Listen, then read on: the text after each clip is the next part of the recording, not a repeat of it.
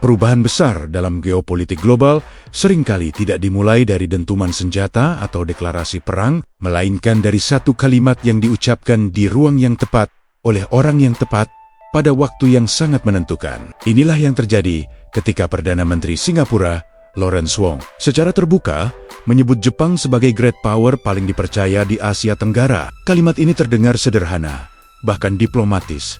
Namun dampaknya jauh melampaui sekadar retorika. Pernyataan tersebut disampaikan di forum Bloomberg, sebuah panggung yang tidak hanya didengar oleh publik, tetapi juga oleh investor global, pembuat kebijakan, dan para pengambil keputusan strategis dunia. Dalam konteks hubungan Jepang dan China yang sedang memanas, kalimat ini berubah menjadi sinyal geopolitik yang sangat kuat. Singapura selama puluhan tahun dikenal sebagai negara yang memainkan diplomasi seimbang. Ia tidak pernah sepenuhnya memihak satu kekuatan besar. Amerika Serikat, China dan Jepang selalu diposisikan sebagai mitra yang dijaga jaraknya secara hati-hati. Netralitas bukan sekadar kebijakan luar negeri, melainkan fondasi eksistensi Singapura sebagai negara kecil di tengah pertarungan raksasa global. Karena itu, ketika Lawrence Wong menyatakan bahwa Jepang adalah kekuatan paling dipercaya dan bahkan menegaskan dukungan Asia Tenggara terhadap peran keamanan Jepang yang lebih besar, pernyataan ini langsung dibaca sebagai pergeseran arah. Bukan lagi keseimbangan diam, melainkan keberpihakan yang dinyatakan secara terbuka. Reaksi datang hampir seketika. Media dan pejabat di Beijing serta Hong Kong melontarkan kritik keras. Singapura dituduh ikut memperkeruh stabilitas kawasan, dianggap membuka pintu bagi militerisasi Jepang, dan dinilai melanggar semangat non-blok yang selama ini dijunjung ASEAN.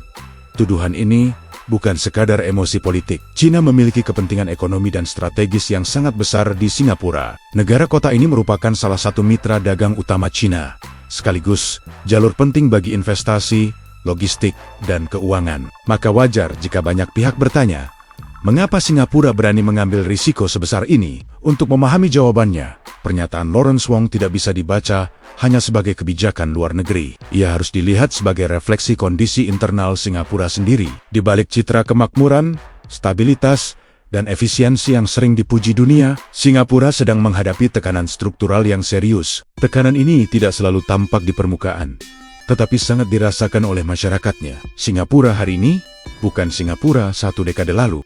Mesin pertumbuhan ekonominya melambat, daya tahan sosialnya diuji, dan model pembangunan yang selama ini dianggap sempurna mulai menunjukkan batas-batasnya. Biaya hidup di Singapura melonjak tajam. Harga kebutuhan pokok, transportasi, dan terutama perumahan terus meningkat. Bagi kelas menengah dan pekerja muda, beban ini terasa semakin berat. Data kesehatan mental menunjukkan tingkat stres yang sangat tinggi di kalangan penduduk. Sebagian besar tekanan tersebut bersumber dari kekhawatiran ekonomi. Apakah pendapatan akan cukup? Apakah pekerjaan aman? Dan apakah masa depan masih menjanjikan? Ketidakpastian ini menjadi sesuatu yang relatif baru bagi masyarakat Singapura yang selama puluhan tahun hidup dalam narasi stabilitas dan kepastian. Tekanan ekonomi ini tercermin jelas di sektor real. Dalam kurun waktu 2024 hingga 2025, ribuan bisnis makanan dan minuman tutup. Angka ini bukan sekadar statistik, melainkan cerminan melemahnya daya beli dan meningkatnya biaya operasional. Setiap restoran yang tutup berarti pekerja kehilangan mata pencaharian, pemasok kehilangan pelanggan, dan lingkungan sekitar kehilangan aktivitas ekonomi. Dalam negara kecil seperti Singapura, efek domino ini terasa jauh lebih cepat dan lebih intens dibanding negara besar. Gelombang pemutusan hubungan kerja di sektor-sektor strategis memperparah situasi. Perusahaan teknologi, logistik, manufaktur, dan e-commerce yang selama ini menjadi tulang punggung ekonomi Singapura mulai melakukan efisiensi besar-besaran. Puluhan ribu posisi kerja hilang. Ini bukan sekadar siklus bisnis biasa, tetapi indikasi bahwa struktur ekonomi Singapura sedang mengalami tekanan serius akibat perubahan global.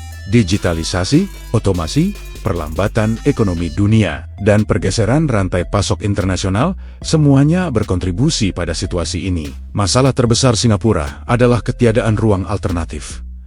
Negara ini tidak memiliki daerah penyangga, tidak ada desa, tidak ada kota kecil, tidak ada sektor agraris yang bisa menjadi katup pengaman ketika ekonomi perkotaan terguncang.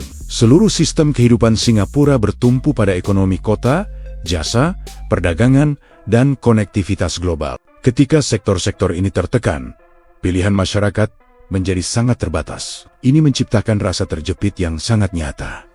Krisis perumahan memperdalam tekanan tersebut. Harga properti di Singapura berada di level yang membuat kepemilikan rumah menjadi mimpi yang semakin jauh bagi banyak orang. Meskipun negara ini memiliki sistem perumahan publik yang relatif baik, lonjakan harga tetap menciptakan kesenjangan. Ratusan ribu penduduk belum memiliki rumah sendiri. Dalam masyarakat yang sangat terstruktur dan terukur seperti Singapura, ketimpangan ini menjadi sumber ketidakpuasan sosial yang serius. Di sisi lain, terjadi kebocoran ekonomi yang semakin besar ke luar negeri, khususnya ke Johor Bahru di Malaysia. Dibukanya zona ekonomi khusus lintas batas awalnya dimaksudkan untuk memperkuat rantai pasok dan menarik investasi. Namun realitas di lapangan menunjukkan pola yang berbeda. Warga Singapura berbondong-bondong ke Johor untuk berbelanja, mencari layanan yang lebih murah, dan menghemat biaya hidup. Jumlah kunjungan yang mencapai jutaan dalam waktu singkat menunjukkan skala fenomena ini. Uang konsumsi yang seharusnya berputar di dalam negeri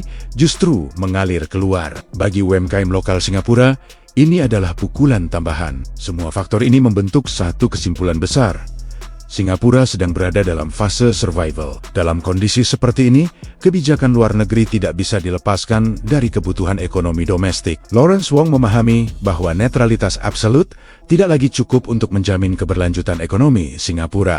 Negara ini membutuhkan mitra strategis yang tidak hanya stabil secara politik, tetapi juga mampu menyediakan teknologi, modal, dan akses ke sektor-sektor masa depan. Jepang memenuhi semua kriteria tersebut. Jepang bukan hanya kekuatan ekonomi besar, tetapi juga sekutu utama Amerika Serikat di Asia Pasifik. Bagi Singapura, mendekat ke Jepang berarti berada di bawah payung stabilitas yang lebih luas. Ini memberikan sinyal positif kepada investor global bahwa Singapura tetap berada dalam orbit sistem ekonomi yang dianggap aman dan dapat diprediksi. Data investasi menunjukkan bahwa Amerika Serikat dan Jepang merupakan investor terbesar di Singapura. China, meskipun penting, berada di belakangnya. Dengan demikian, secara ekonomi, Singapura sudah lama berpijak pada blok ini. Pernyataan Lawrence Wong hanya mengafirmasi realitas tersebut. Yang membuat Jepang semakin relevan adalah pendekatannya yang berbasis aksi. Kerjasama antara Singapura dan Jepang tidak berhenti pada pernyataan politik,